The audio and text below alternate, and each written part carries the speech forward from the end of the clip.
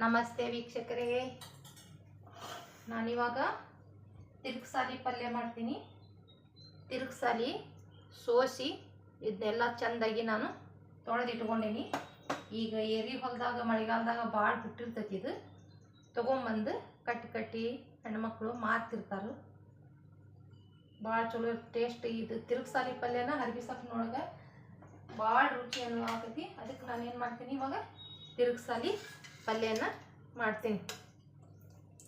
ಒಂದು 2 ಚಮಚ ಎಣ್ಣೆ ಹಾಕ್ಕೊಂಡೆ.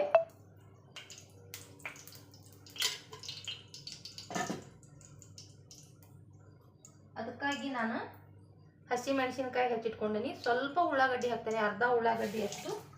ಬೆಳ್ಳುಳ್ಳಿಯನ್ನು ಜಜ್ಜಿಟ್ಕೊಂಡೀನಿ. ಇಲ್ಲೇ ನಾನು ಇವಾಗ ಹಸಿ ಮೆಣಸಿನ್ಕಾಯಿನ ಹಾಕ್ತೀನಿ.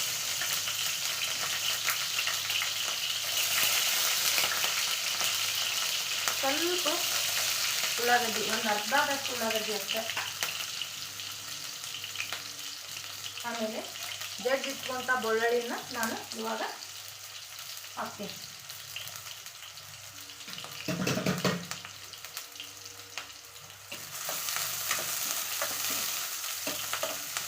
ಇದು ಭಾಳ ಈಸಿ. ಇದ್ರೊಳಗೆ ಮಾಡೋಂಥದ್ದು ಏನಿಲ್ಲ. ಬರೀ ಬೆಳ್ಳುಳ್ಳಿ ಜಜ್ಜಿ ಹಾಕಿ, ಒಣ ಖಾರನೂ ಜಜ್ಜಿ ಹಾಕಿ, ಬೆಳ್ಳುಳ್ಳಿ ಜಜ್ಜಿ ಹಾಕಿ ಒಣ ಖಾರ ಹಾಕಿ ಮಾಡ್ತಾರೆ. ಹಸಿಕಾಯಿನೂ ಹಾಕಿ ಇದನ್ನು ಮಾಡ್ತಾರೆ. ಇದ್ರಾಗ ಏನು ಭಾಳಷ್ಟು ಇಲ್ಲ. ಸ್ವಲ್ಪ ಈ ಥರ ಇದನ್ನು ನೀರು ಬಚ್ಚ ತೆಗೆದಿಟ್ಕೋಬೇಕು.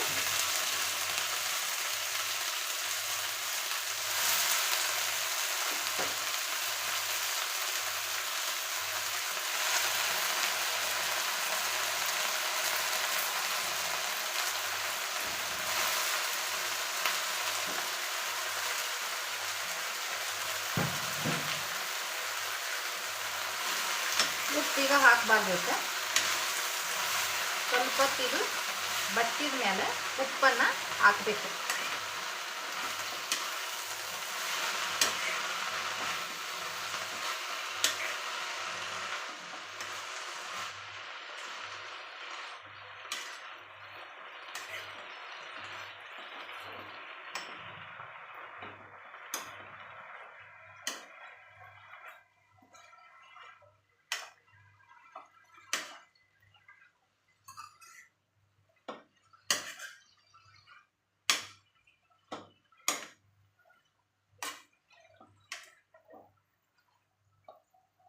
ಈ ಥರ ಆದಮೇಲೆ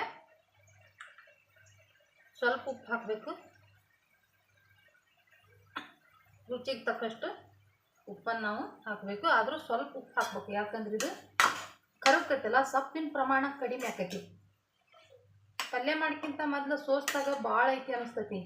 ಕರಗಿ ಬಿಡುತ್ತಂದ್ರೆ ಇದು ಸ್ವಲ್ಪ ಆಕೈತಿ. ಅದಕ್ಕೆ ಉಪ್ಪನ್ನು ನೋಡಿಕೊಂಡು ನಾವು ಸೊಪ್ಪಿಗೆ ಹಾಕಬೇಕು.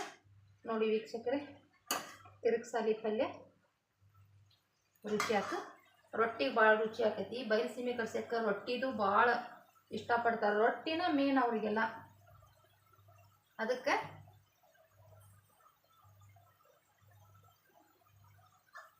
ತಿರುಗ್ಸಾಲಿ ಭಾಳ ರುಚಿ ಆಕೈತಿ.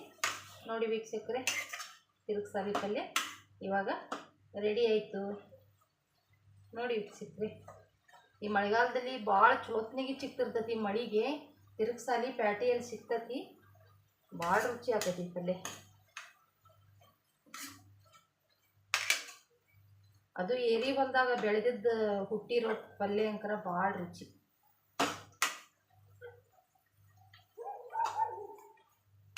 ನೋಡಿ ವೀಕ್ಷಕರೇ, ತಿರುಗ್ಸಾಲಿ ಪಲ್ಯ ಇವಾಗ ಏನಾಯಿತು, ರೆಡಿ ಆಯಿತು. ಸಬ್ಸ್ಕ್ರೈಬ್ ಮಾಡಿ ವೀಕ್ಷಕರೇ. ತಿರುಗ್ಸಾಲಿ ಪಲ್ಯ ರೆಡಿ ಆಯಿತು.